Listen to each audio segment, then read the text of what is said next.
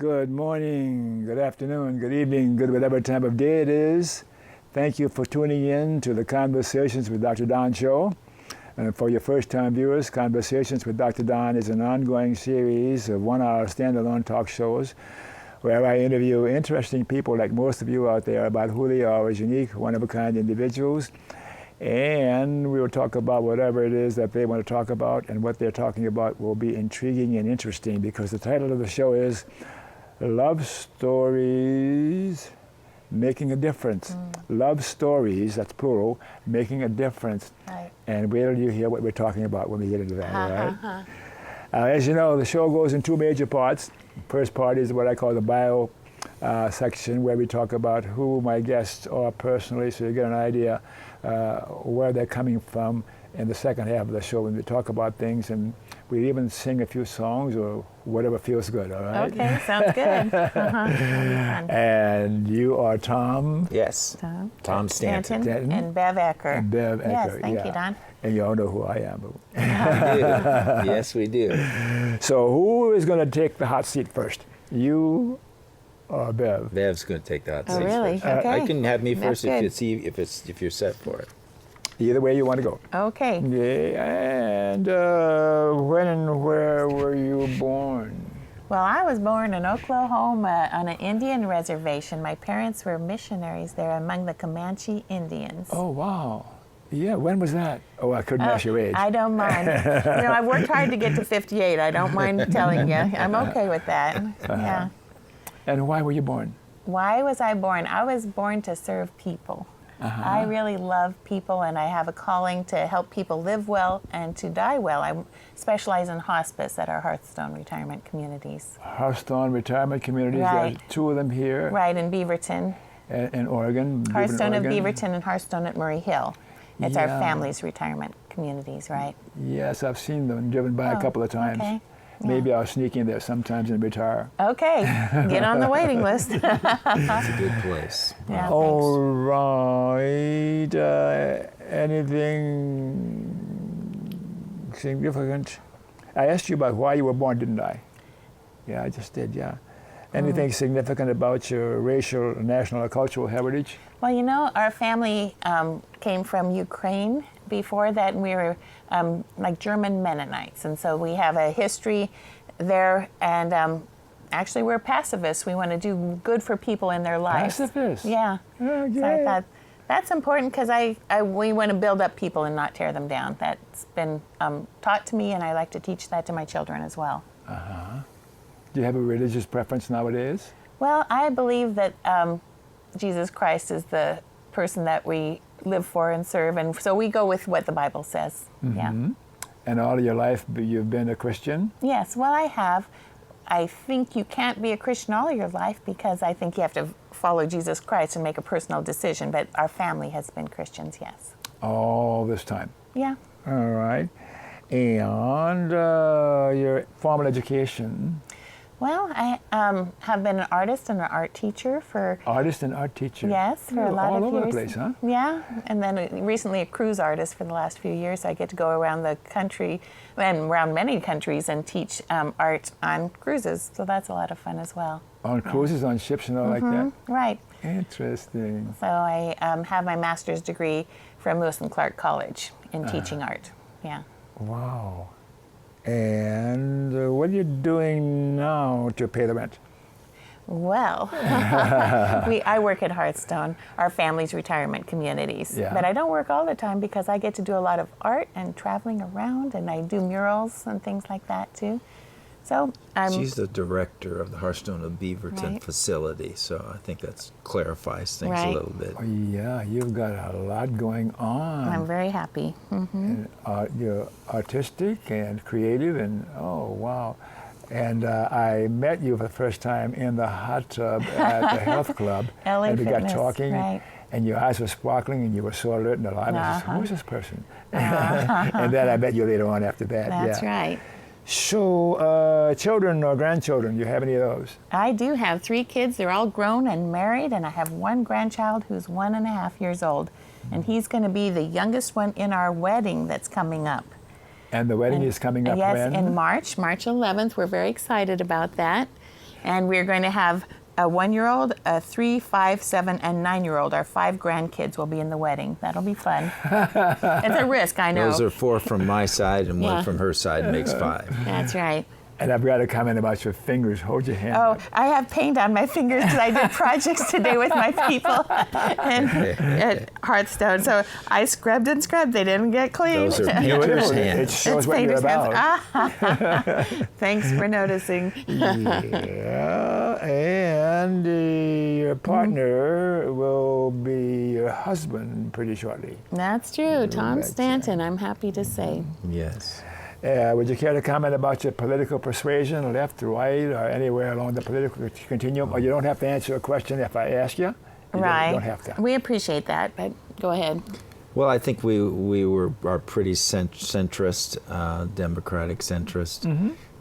Would be a fair measure. We are in favor of taking care of people, taking care of our country, and Christian values in our country. Oh, yeah, that says it all.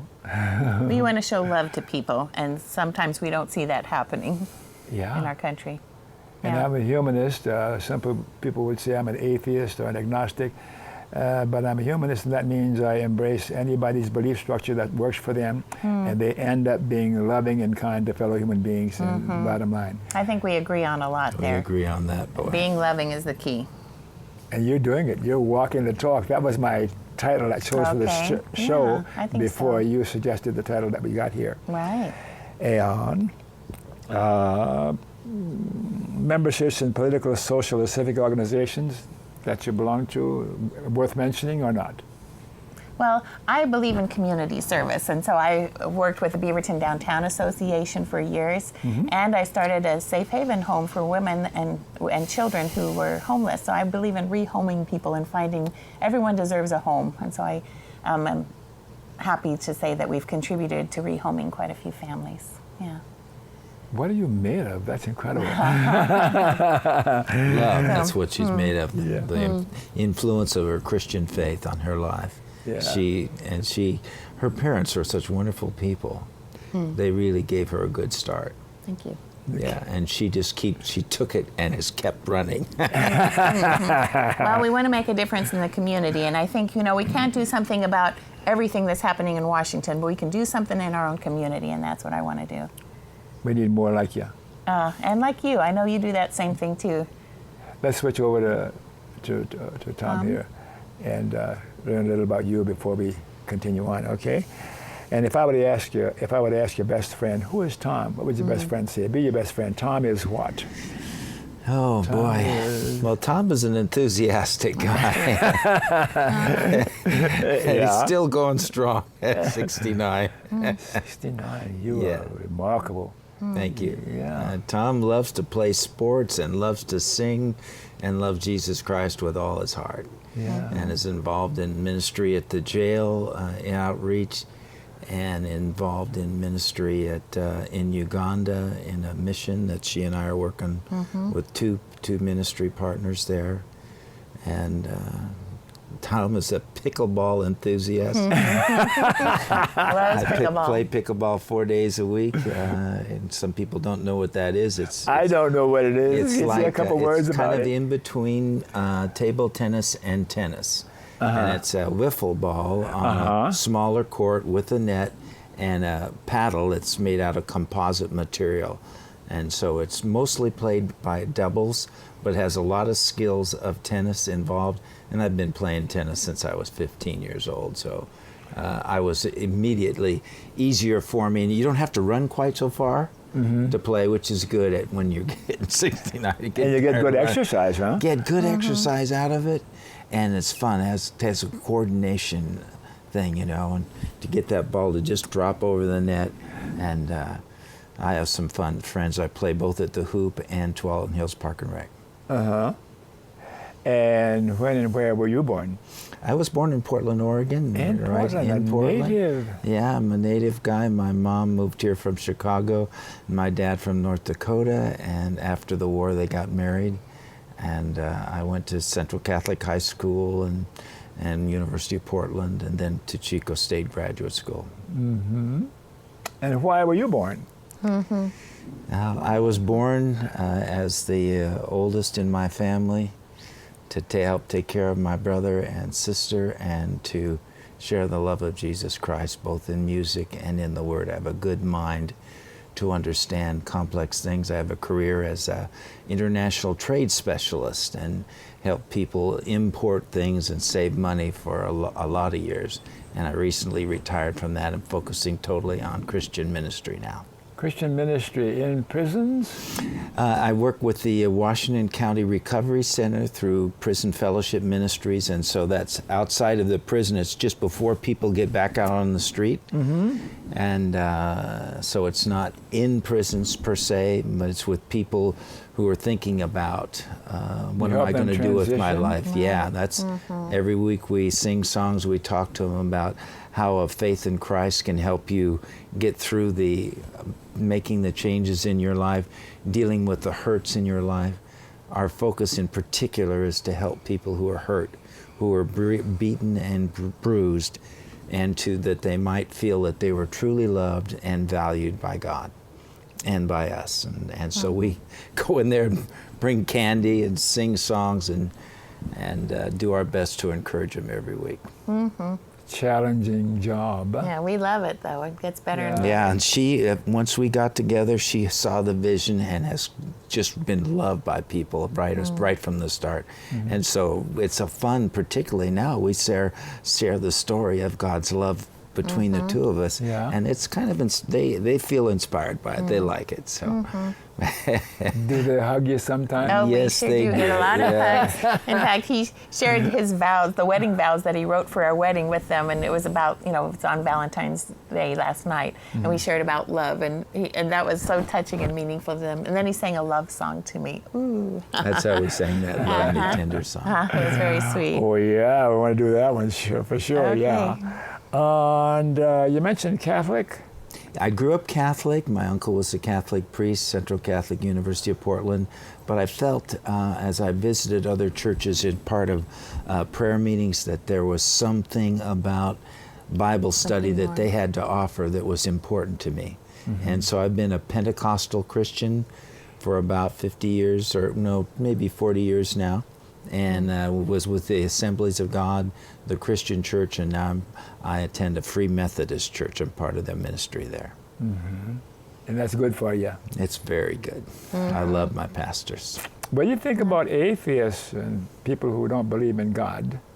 God loves them anyway. God is, God believes in you, buddy. So I don't know. And like I said, you're in the hot tub. Does she? Yeah, does she? I like that. And you didn't catch that. I did. I just glossed over it because I didn't need to talk about that. Shine me on. But I know it's God's love. provocative with a smile. There's something in the right. Bible that says that the intricacy, the beauty, the detail in life speaks of God. And I think that's the point. But some people have been so wounded and hurt that they just feel like there couldn't be a God. And our job is to talk to people about the truth that He's impacted our life and help them to know it, because from my way of thinking, this world is so complex, it just could not have come together, been made, and operate the way it does without a God in charge. And we're so fortunate to be Americans and to be where we are in the world. We live very like kings blessed. compared to our friends in Uganda. Yeah. We do. Driving our cars, having ribeye steak for Valentine's Day dinner. We just. And how long have you been in Uganda? We made our first trip to Uganda last summer. I've done missions work for years in Russia and other places, but this was our first trip. We had just gotten to know each other, and we just had shared a vision, and so we went with a group of people. With a group of people, but she and I we were there in July of last year. June into we got July. We got for 5.5 engaged when we were weeks. in Uganda. So. Well, we agreed to get engaged. The official engagement was After that. August 24th at the beach here. That's remember true. we brought that along to show that's our love story here. We got to show this. Oh, okay. Can you get this? So We were happy to be at the Whale Cove There we are. Inn restaurant there by Depot Bay. That was on August 24th. And this is the ring that he gave me, and it has a sapphire in the middle, and that is how God brought us together with diamonds on each side, and then the 8 diamonds on each side to represent our family members. So for me it has, and Tom has the same kind of ring, well, with the blue sapphire and the diamonds on the side. So that's kind of special to us because it has meaning for us. Of course. Yeah. And did we talk about your education? Well, like I said, I went to University of Portland and took a degree in psychology there, and business and business relationship, and a master's in psychology from Chico State. You're going to examine me and see if I'm going to give you a test for, Later on. and I'll accept Dr. it. Don. Testing was my specialty. Social measurement of social self-esteem was my master's degree, my master's thesis. Yeah. And your political persuasion, are you on opposite sides of the continuum, or you? She and I are similar? right on the same pathway. Yeah. We are on so many pathways the same. We like the same foods. There's very seldom that we disagree, and we're pretty excited about the unity and feeling of purpose that we bring together. Okay. That's true.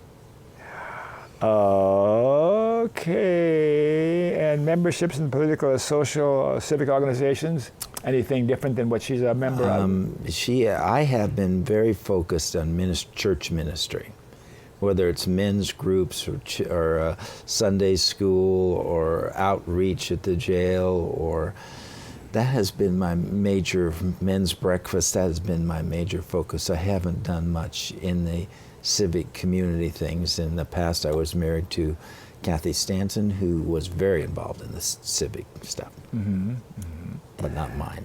And actually, both of our spouses passed away a little over 2 years ago.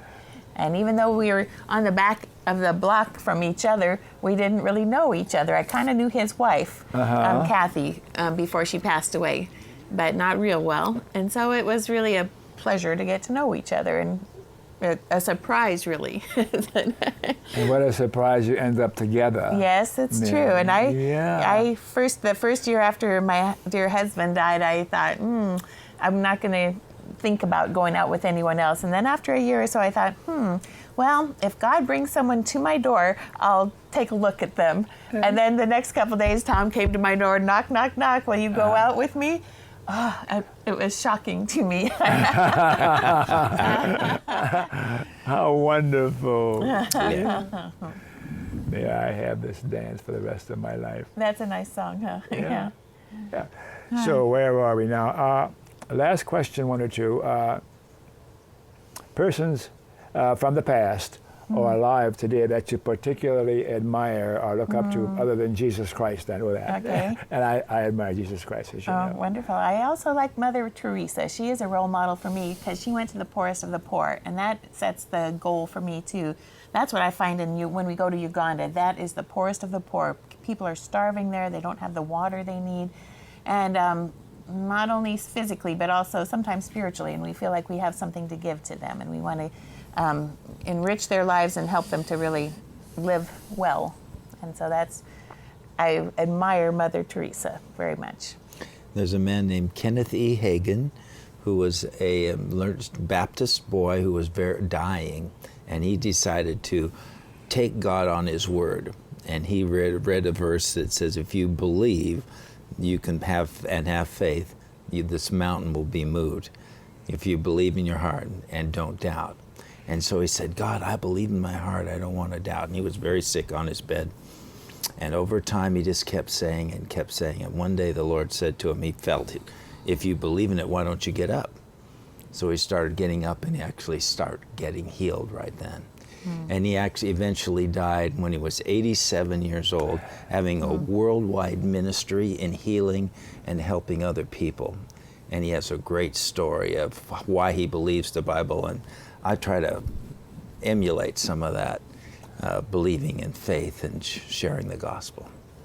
The power of the mind, or God through the mind. And Pretty awesome. Other stories like that where people have been on their last breath and something happened. They had a different thought or as you believe, probably God said to him, no, you don't have to go yet. Yeah. Yeah. Yeah. I prepared my memorial for when I go. I'm 89 this year, and I don't want my wife to have to go through that. So I went through all the details, and everything is all set up, and it's all set. And whoever is the minister who puts me away is going to do all the things that I want my wife to have to choose like that. So Right. Yeah. I'm looking at the end for me, and my kids must think that Dad's kind of crazy, but that's how I am. I don't know how I got on that You're story. planning ahead. Good for you. Yeah. Well, me too. We I have wrote some my of the things. epitaph for my gravestone already, and it says, you? yes, Yeah. here lies a I have the servant. music picked out. Yeah, here lies the servant. She carried light to those in darkness. She brought joy to those in pain. She's been carried home by her loving master. Still, she walks with him again. So I wrote that when I was Isn't that 22 years old. Wow. And I was an English teacher, and I was encouraging my class to write their own epitaph after we had visited a cemetery. And so I thought, and so I've been trying to live up to that ever since. Here lies a servant. Yeah. It sounds like you're doing it. Oh, thank you. I'm trying. God helps me. Yeah. So let us take a break and then come back and talk about the rest of the show. We'll be talking about love stories making a difference. That's the Okay. important part. Sounds Take a good. break now, Mr. E.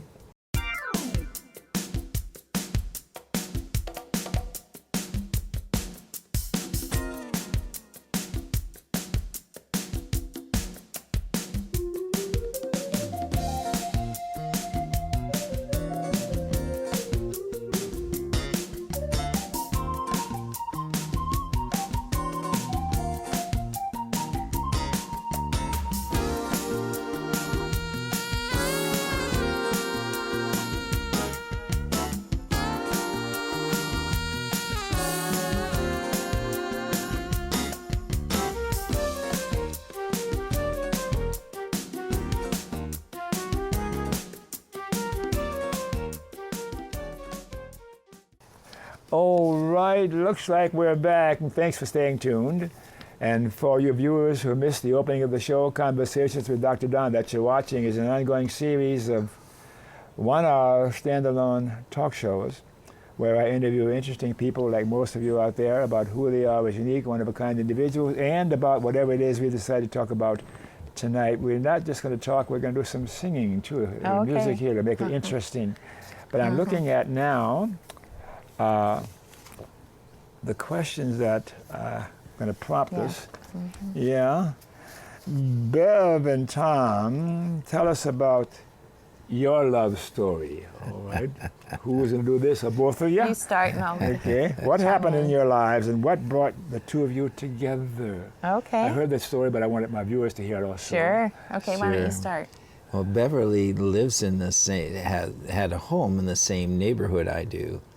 We lived in Beaverton for both of us for about 30 years, and her parents were my backdoor neighbors. And I really liked her parents. They're good Christians. Her dad and mom started Hearthstone Ministries that was just a really good quality service, and my aunt actually stayed there. So, and my interactions with them were good, and I saw her walking around, walking with her dog, and I had a housekeeper, and the housekeeper said, "I've talked to that lady. You should go out with her, Tom." Her name is Sarah. And I said, "Are you sure?" And he's better than this other lady. She said, "Yes, oh yes." So I said, well, so I went over there to ask her to go out on a date. And so why don't you tell that side of the story? He came to my door, knock, knock, knock.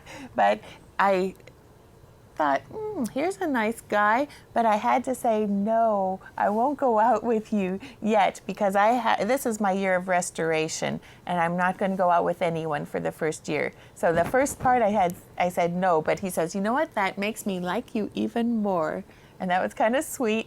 And I showed him a painting out in my front entryway because I'm an artist, and it's Ashes to Beauty, and it shows Westmont College that burned down, and then it came back even more beautiful. And that was my goal in life, that even though it was a tragedy that my husband died early when he was only 59 and just suddenly from a heart attack, I was going to come back even more beautiful and have a grand finale to my life. And so that was my goal and my plan and my wish. And then, so after I was widowed a year, then Tom asked again, and I said, yes. You waited. Yeah, he called me up at work and he says, would you go out with me? I would like to make you dinner, and then we'll go out to my dance class. And first I said, oh, sure, I'd like that, because I was trying to do something that scared me every day at that time in preparation for going to Uganda. And so I said yes. And then I said, oh, I wish I could put those words back in my mouth. I can't dance. But we did go out dancing, and we've been dancing ever since in some ways. It was the funniest thing, because this was the third dance class. I was taking social dance class on Foxtrot, and it was the third class, so I gave her, at dinner, I gave her a couple cues and practiced a few things with her. But she had grown up Mennonite, and they didn't do any dancing. So not only Yeah, it was. not only did she have to take lesson number 4, but she had to rotate all around with the other men, and the thing, her face was so red. Like my top, yeah, oh man, I was nervous, very nervous. But I survived that. I thought, if I can survive that, I can survive anything. It was okay. Yeah, and so later she visited the house and saw the pictures of the various missions work I did, and she invited me to go to Uganda with her, because she had made a commitment to go there with Our church group. Yes, and so I said yes immediately, because I thought, this is a wonderful gal, and it's a lot of fun, and I love missions work, and I wanted to go to Africa. This one that I'd been to Russia a number of times, but I had not, and also been to Asia, but I hadn't really been to Africa. So we went, and it was, oh, what a wonderful trip. And we have some pictures here to show about that. Right. But it's part of our love story, is that we fell in love with with Christ in a deeper way, with the missions effort with the people in Uganda, and we're doing work like that, continuing that work now. Right. Shall we show some pictures? Okay, yes, we fell in love with these children that were so much fun. They loved it. It was my dream to walk among a whole bunch of children, and they were holding our hands and so cheerful, and we sang songs with them and played games with them. Most of them didn't know English, but we had... They look happy. Yes, we shared a language of love, and we could communicate that way. So many of them, we had a wonderful time with them. Some of them not so. It was really hard for them. And these were sweet people that we grew to love. Some of these little children who were we were touched by their sad eyes and their beautiful spirits. But they had been hurt, and they needed some help, and they didn't have good food and water. This one in particular, here was a grandmother who was taking care of little Gracie, who was 5 months old, but she was still the size of a newborn, and she was nearly dying, and I was so sad about that. And as I spoke to the women's group, I said, please take care of Gracie. There were 6 nursing moms in that group, and this little baby was, her mother had died in childbirth, and she was dying because she didn't get enough food, and the grandma didn't know what to feed her. And she was so close to dying, and she could hardly open her eyes. And I said, I had tears in my eyes. I said, please, those other moms, can you feed her? Please give her something. And they said, that's not our way. If she dies, she dies. That's kind of what happens. And I said, no, God does not want this baby to die. You need to feed her and to help her with some mama's milk here. And 1 month later, when our friends went over there, they had helped her, and they had given her some milk, and Gracie was strong and healthy, and she was doing just fine. So You intervened. Yes, Yeah, so I we were think blessed. so. We felt It so made me good about happy that the other mamas would feed Gracie, but they wouldn't have done it if I wasn't there. So I was really happy that said, no, this baby needs to live. Please give her some milk. So that made me happy. Many people Yeah. there told us we made a difference, and we felt like we made a difference. Not that we just went and just talked, but we actually have stayed in communication with them and encouraged them. We talk to them weekly, if not Almost daily, daily, in yeah. some cases, to encourage them, and they try to encourage us too. That we would pray for them and maybe obtain financial support where we could. So. In fact, our friends that we were working with there, they started a Ray of Hope orphanage with 15 orphans, and 5 of them, their parents were actually murdered. They were killed in December for their faith, and by their Muslim family members. Their own family members killed them for changing their faith from Muslim to Christianity, actually. And then they left 5 children from 8 to 17 years old with no parents and no one to take care of them. And so those 5 children came to the home, which was not an orphanage yet, but they came to this home with Bukenya and George and Penina, his wife. Fiona. And then they started taking in some other little children from 4 to 17 years old. And now there's 19 children in the home. 15 of them are orphans, and 3 of them are their own, and then 1 is on the way any day now.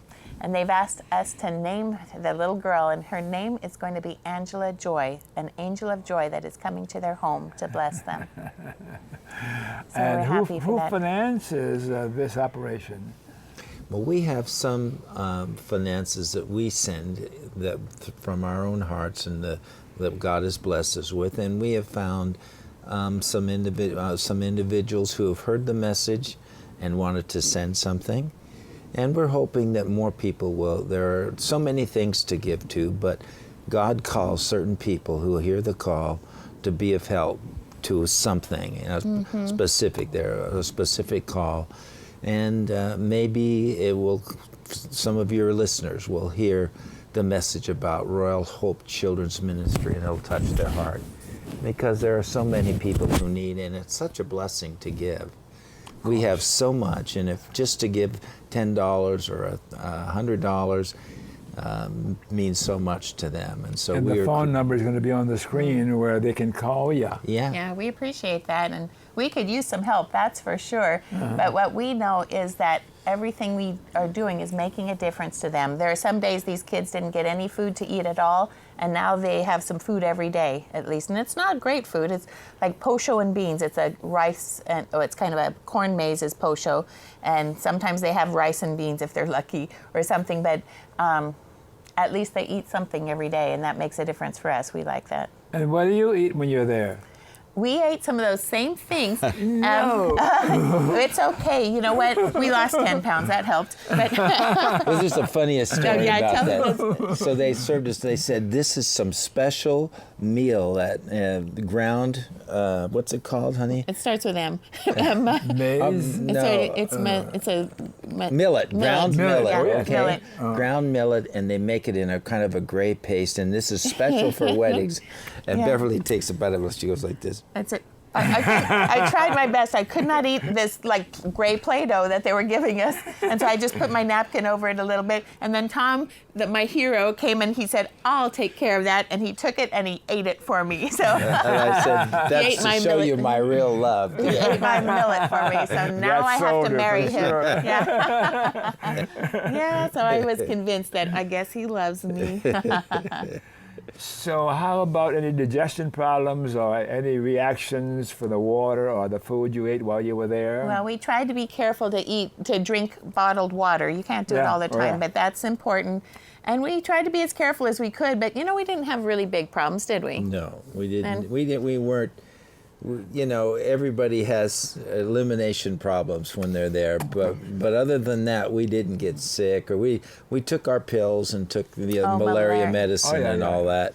And some of our friends have gone regularly. Tim Robnett Ministries is one of the ministries we support, and he has been there for a number of times and is still running strong, very healthy. Tim is out at Multnomah Bible College, and he needs a plug. He's a great guy doing great work out Yeah, there. but he's gotten malaria several times because it's something you can't avoid, really. You do your best, but sometimes you get sick, and that's just part of the challenge. It's okay. It happens. So you normally eat Western foods, meals? No, we enter into what they are eating when we're there. We eat. Really? Oh, yeah. And we go and eat with them in their mud huts, and we eat. That would be Chicken and rice. Yeah, impolite and unkind to ask for other food, so we eat what they eat. Yeah, and Yeah. it's okay. It's okay. Yeah, they are very generous, kind people. They will kill their last chicken for us. And one time did a program, and we were just with this group at a church, and then they brought this chicken all flapping around, and they gave it to us, and we don't know what to do with chickens, and so much. And so we put it in the back of the van, and it just sat quietly there. And then when we went to the next village, we gave them the chicken because we didn't personally want to kill that chicken ourselves and feed it.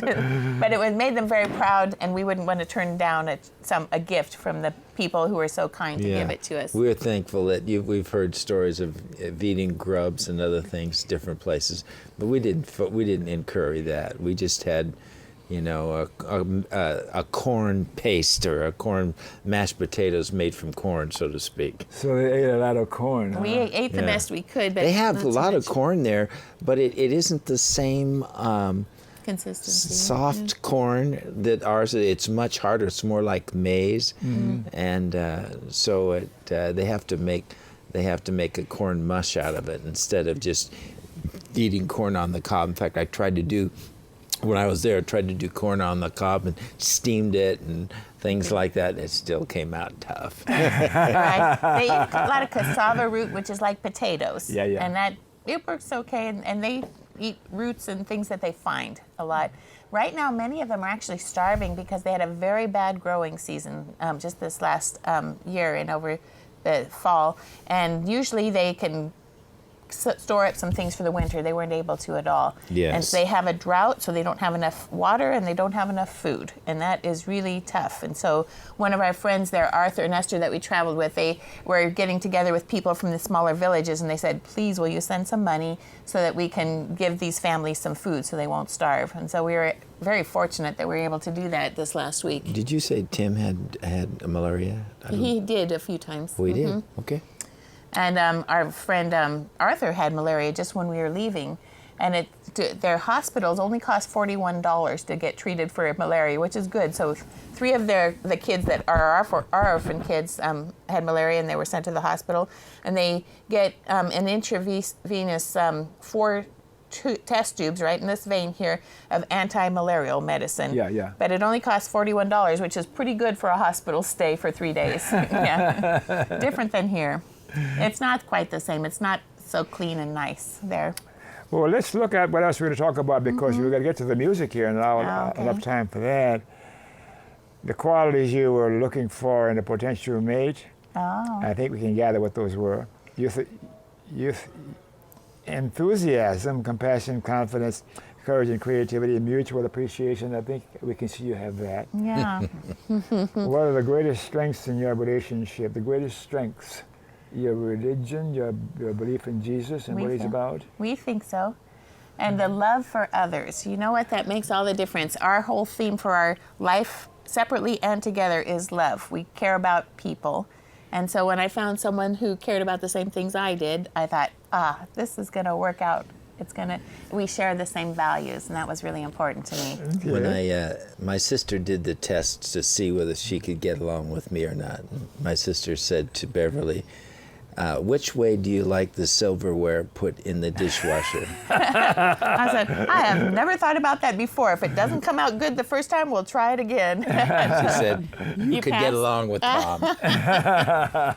I'm not particular that much. That's what I like about it, one of the things I like.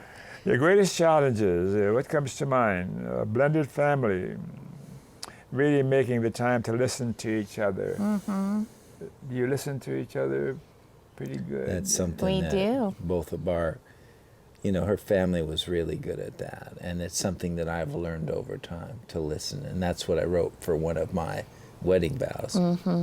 I promise to listen to you and support you to be the person you want to become. That's right. I value that as well. Somebody said, the kindest thing you can do for me is to listen to me, but even beyond your senses. Yes. And let me be aware that I know you're listening to me, and you will not interrupt me with your thought or what's on your mind. And you make sure that I know that you listen to me. Feels so good. Isn't that touching? Yeah, it makes you feel good, doesn't it? That's what's true. That's real love right there, listening. Listening. Putting away yourself so that you really focus on what the person's trying to tell you. Yeah. And if you're upset, if you're depressed, if you're angry, if you have bitterness in your heart, it limits your ability to do that. And that's what I think is so wonderful about Beverly, is that she holds no bitterness against anyone, and she loves people so much. It's easy for her to listen. And if I give her feedback, I gave her feedback the other day. You said this, and it wasn't the best way. And she said, you're right. I'm sorry, honey. She didn't defend or anything. It's awesome. I think your counseling skills have helped too. He has some good listening skills himself, so we're good. We're both positive that way, I think. The secrets of success would you have for other couples, especially those who might be getting married for the second time? Take your time. Don't be in a hurry. Be aware of your own needs and preferences. Take a risk and try new things. And pray. Yeah, we believe in praying together. It makes a difference for us. We care about that. Yeah, we just read an article about people starting again, and one of the things I thought was really important was for both people to be ready to listen to the other person, to value the other person, and not to bring so many things from the past, but to be willing to start fresh. One of their suggestions was you shouldn't be telling the other person how great your past spouse was.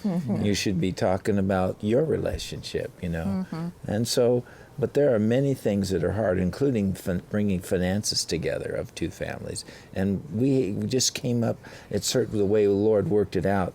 We both have some equal status in that, so we feel really good about that. We're comfortable with that. Yeah. We have. I've got a few more questions, but I want to get to this music here because we've got more to do here, all right? Shall we do that now? Sure, we can do that. Okay, well, Tom had a great idea that we put together a CD to give out at our wedding. And so it has 8 love songs on it, and here's a couple of them. Did you want to do Love Me Tender? Yeah. All right, you sing along with us too, okay? I'll see. All right, okay. Tom and his brother normally play, and I just kind of harmonize, sing along. The Can you Stantons sing that? +1 is what Love me tender, love me sweet, never let me go. You have made my life complete, and I love you so. Love me tender, love me true, all my dreams fulfill. For my darling, I love you, and I always will. Love me tender, love me long, take me to your heart. For it's there that I belong, and will never part. Love me tender, love me true, all my dreams fulfill. For my darling, I love you, and I always will. Love me tender, love me dear, tell me you are mine. I'll be yours through all the years, till the end of time. Love me tender, love me true, all my dreams fulfill. For my darling, I love you, and I always will. I like it that you sing along. Look at you. Yeah, how we doing? All That's right, sweet. man. Hey, we got to go another 2 hours from there, Mr. You got another one you're going to sing? Okay. Well, I was never a dancer, and I'm still not much of a dancer, but this is going to be the first song we sing at our dance to at our wedding, Could I have this dance? It's very romantic. Do you know this song? Sing it with us. Okay. So. It's a neat country style song, you know. Could I have this dance for the rest of my life? Would you be my partner every night? When we're together, it feels so right. Could I have this dance for the rest of my life? I'll always remember the song they were playing. The first time we danced, I knew.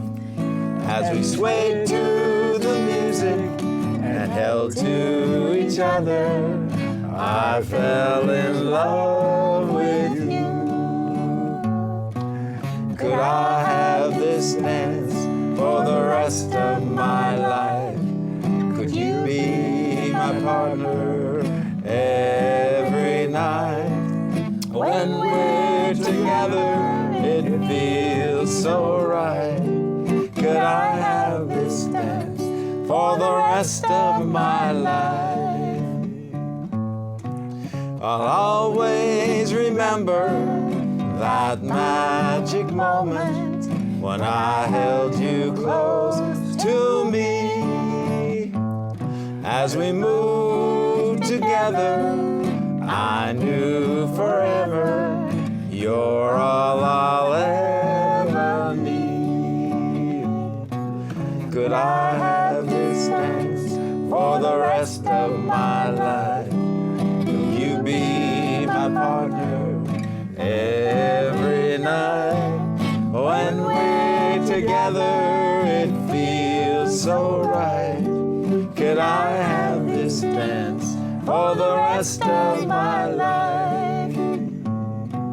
Could I have this dance for the rest of my life?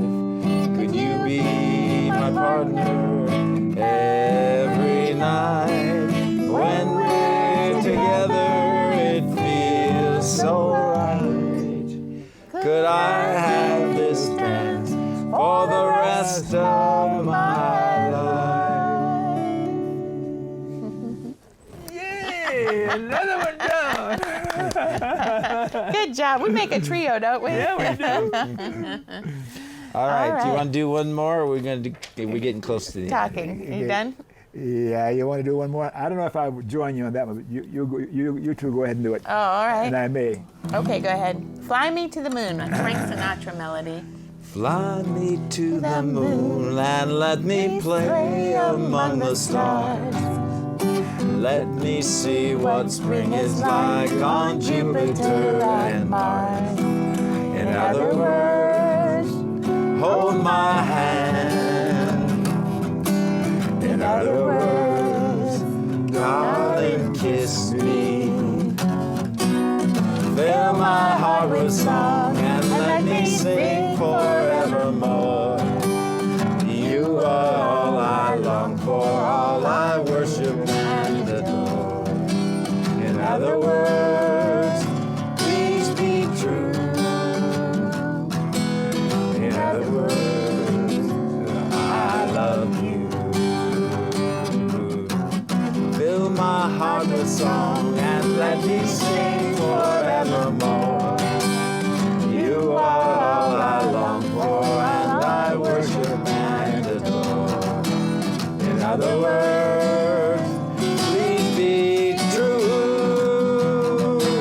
In other words, in other words, in other words, I love you.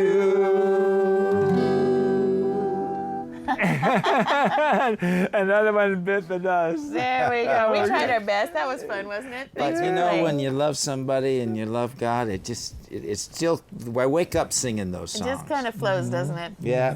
Kind of In sweet. other words. All right. We got a couple more questions we can ask you.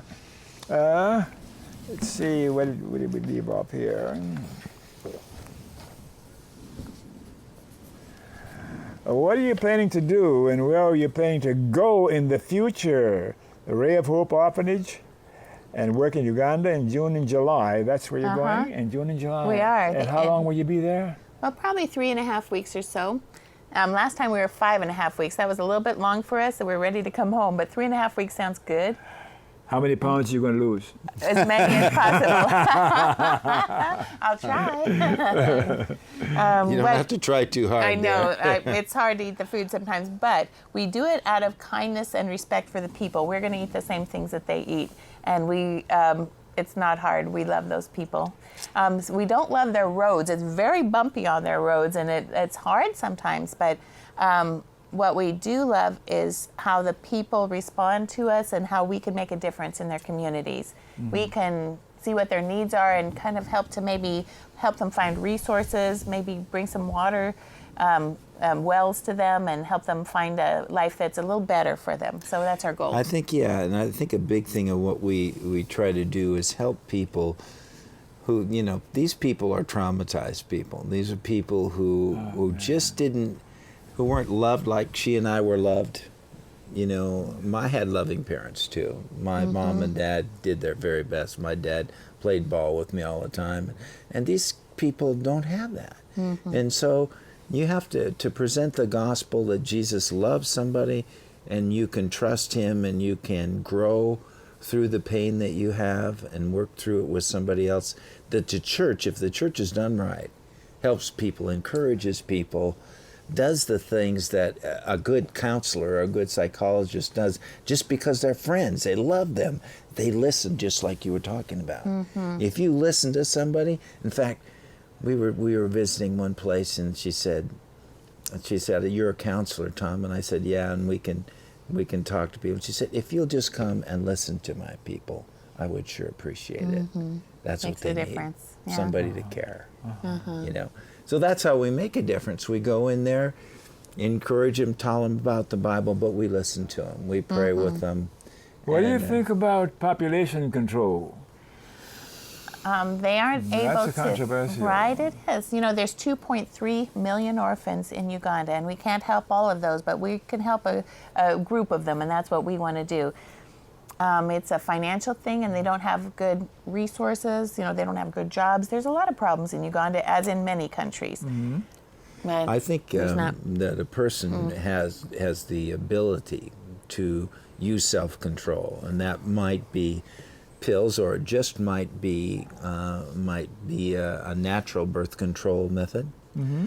But the point is that once you've made a choice to have sexual relationships and a new baby is in a body, then it's my strong belief that we need to respect that. What about the government or the authorities having some influence, some legislation that says you can only have so many children? Well, see how that worked out in China. It worked out very well, but Uganda is really working hard at telling people to use prophylactics and to be clean and to be careful about spreading AIDS in their country. AIDS and HIV is a very, very big problem, but it is coming under control somewhat, more than it was before. So we're glad to see some growth in that area, that people are aware of it and they have some tools for avoiding that if they choose to. But it's getting somewhat better, but it's been a huge, huge problem. It's a big push by the government. The government's involved in trying to make better roads and to make better families in Uganda. And it's Idi Amin did a terrible thing there, but now things are starting to improve. But it's a long way back. Oh my gosh! So we get to be part of that. Many good organizations that are there helping them also. They are not alone. When we were there's so many people from many different countries that are also coming alongside them to say, life can be better. Let's try this, and it's really wonderful. There's like people who are doing a restaurant there, American restaurant, and have them training them in restaurants. People are training them in restaurant skills. People are training them to make shoes. People training Americans training people to make clothes and things. It's awesome to partner with them and to meet those people, to be encouraged. And we're running out of time, so we're going to have to stop. Otherwise, I'm going to make you sing some more. But anyhow, what I want you to do is look at the viewers and tell them any final thoughts you have about what happened here tonight, Uganda, or anything comes to mind that the viewers need to hear from the two Thank of you. you. Yeah. And go for a minute or two. Okay, why don't you start, Tom? We have been in some premarital counseling that said you need to have a mission, a message, and a vision. Our mission, and so we've clarified that our mission is to bring love to this world, and our message that love is most powerful through the work of Jesus Christ. And our vision is to not only work in our local community, but also to develop an orphanage in Uganda over the next 10 years. And this orphanage is called Ray of Hope, and we have some people that are working hard to take care of the 15 orphans so far, but our vision also is to buy property there and to get that started, start building on that property when we go there in summer. So it costs some money. We don't have that money, but we're praying for those resources, and we believe that can happen. And so it costs a good deal to buy some property, not as much as here. It's like $12,000. And then it's free, it's volunteer people that build the orphanage, and also a well for this community that we really care about in Jinja, Uganda. So that's our hearts. We're really trying to do our best to change a group of people's lives. We can't do everything, but we can do some things, and that's what we're committed to. And I'm glad you're doing what you're doing. Thank you so much. Thank you so much. I appreciate talking came. with you, Don. Yeah. So a few public service announcements before we sign off. Go see my shows on the web. Google Don Baham YouTube. There's lots of shows, interviews through the years.